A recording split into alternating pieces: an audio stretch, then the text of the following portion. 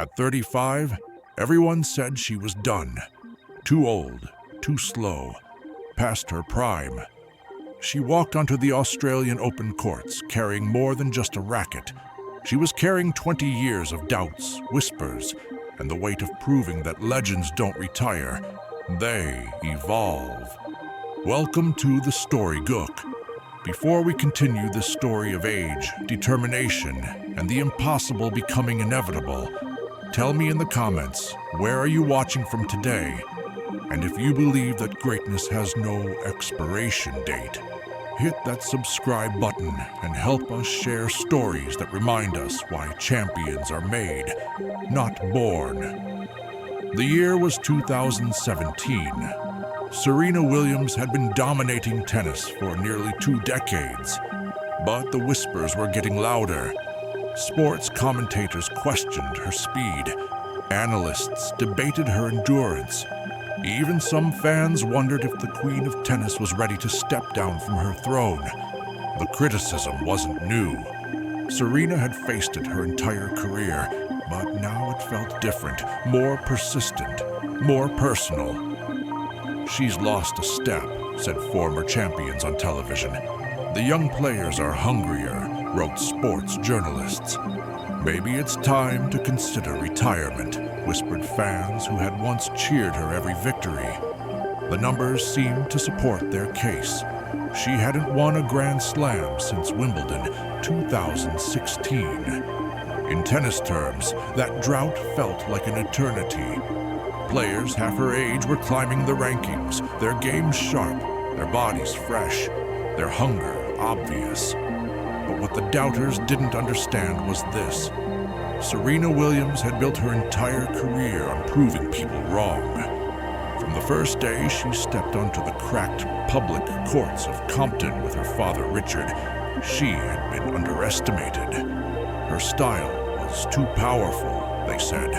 Her background too different. Her approach too unconventional.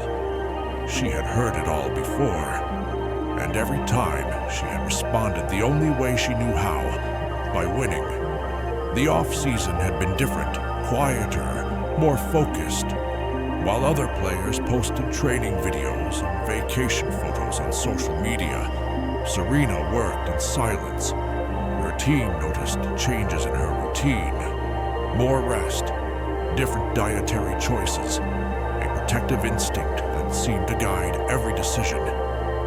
"She's preparing for something," her longtime coach, Patrick Mauratoglu, would later recall. But none of us knew exactly what. The Australian Open draw was announced, and the tennis world took notice. Serena was seeded second, but many questioned whether she deserved that ranking. Younger players like Angelique Kerber, the defending champion, seemed more likely to claim the title.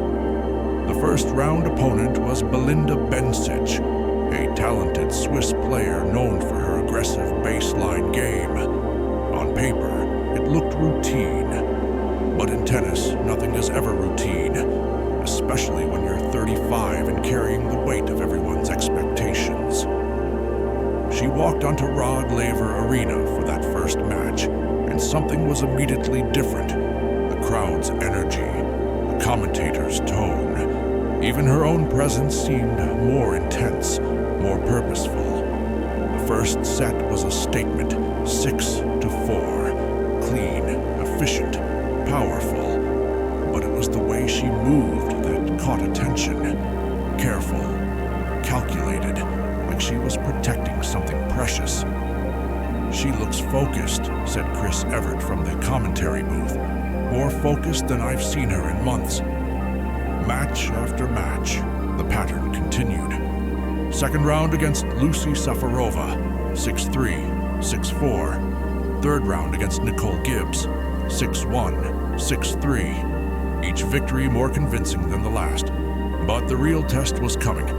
Fourth round against Barbora Strykova, a crafty player known for disrupting rhythm and exposing weaknesses. If Serena's age was going to show, this would be the moment. The match was closer, tighter. Strikova's slices and drop shots forced Serena to move differently, to adapt her game in ways that younger players might not need to consider. But adaptation was something Serena had mastered over 2 decades. 7-5, 6-4, into the quarterfinals. The tennis world was starting to pay attention, not just to her wins, but to how she was winning. There was an economy to her movement, a precision to her shot selection that spoke of experience rather than decline. She's not trying to overpower everyone, noted former player Lindsay Davenport. She's playing smarter tennis that might be even more dangerous. Then came the draw that made headlines around the world. Venus Williams, Serena's older sister, her longtime doubles partner, her first hitting partner on those Compton courts, had also reached the quarterfinals.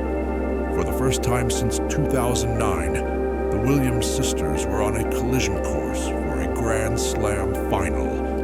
Venus had her own story of perseverance. At 36, she was dealing with Sjogren's syndrome, an autoimmune disease that affected her energy and stamina.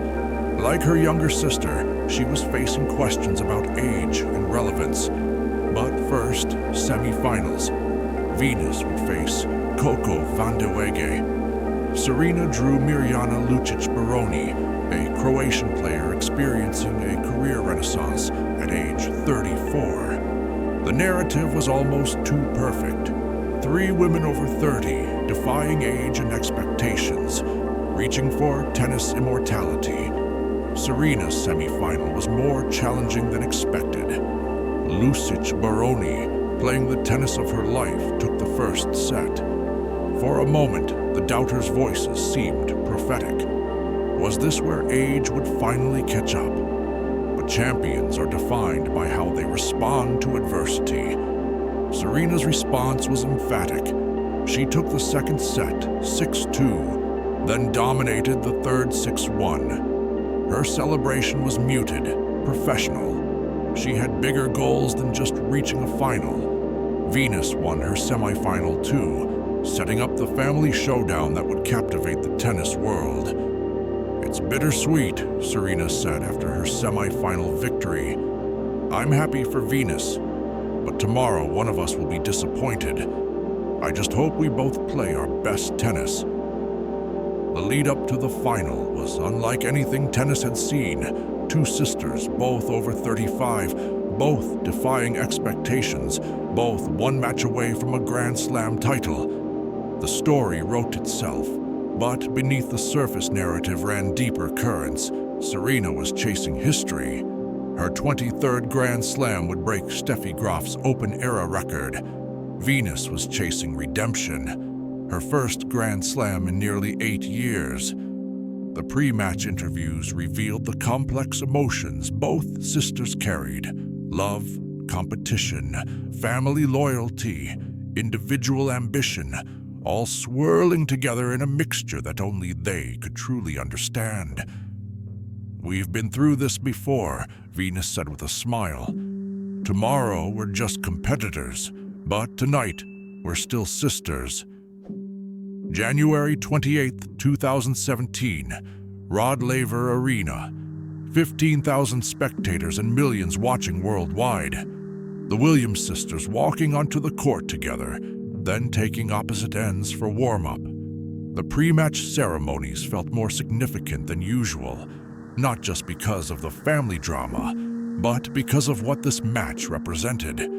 2 African-American women who had revolutionized tennis, still competing at the highest level, still defying every stereotype and limitation that had been placed on them.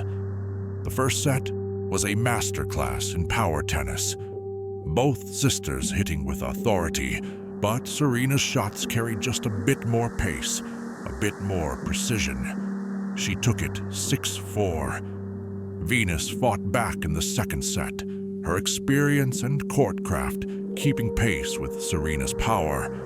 But at 5-4, serving to stay in the match, Venus faced a breakpoint that felt like championship point. Serena's return was perfect, down the line, unreturnable. Venus's racket barely moved as the ball whistled past her. 6-4, 6-4. Serena Williams was the 2017 Australian Open champion, but the celebration was unlike any other Grand Slam victory. No roar of triumph, no collapse of relief. Instead, Serena fell to her knees and covered her face, overwhelmed not just by victory, but by the magnitude of what she had accomplished. 23 Grand Slam singles titles, more than any player, male or female, in the Open era. The trophy ceremony was emotional for different reasons. Venus, gracious in defeat, spoke about her sister's greatness. Serena, fighting back tears, talked about the importance of the moment, not just for her, but for everyone who had ever been told they were too old, too different, too anything to achieve their dreams. I want to dedicate this to all the women out there who believe they can achieve their goals, she said, her voice breaking slightly. And to my sister, who has always shown me the way. But the story didn't end with the trophy presentation.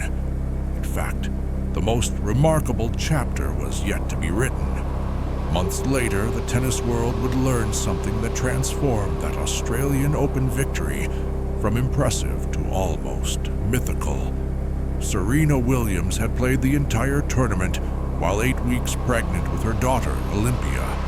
The different movement patterns, the protective instincts, the careful celebration, the emotional intensity.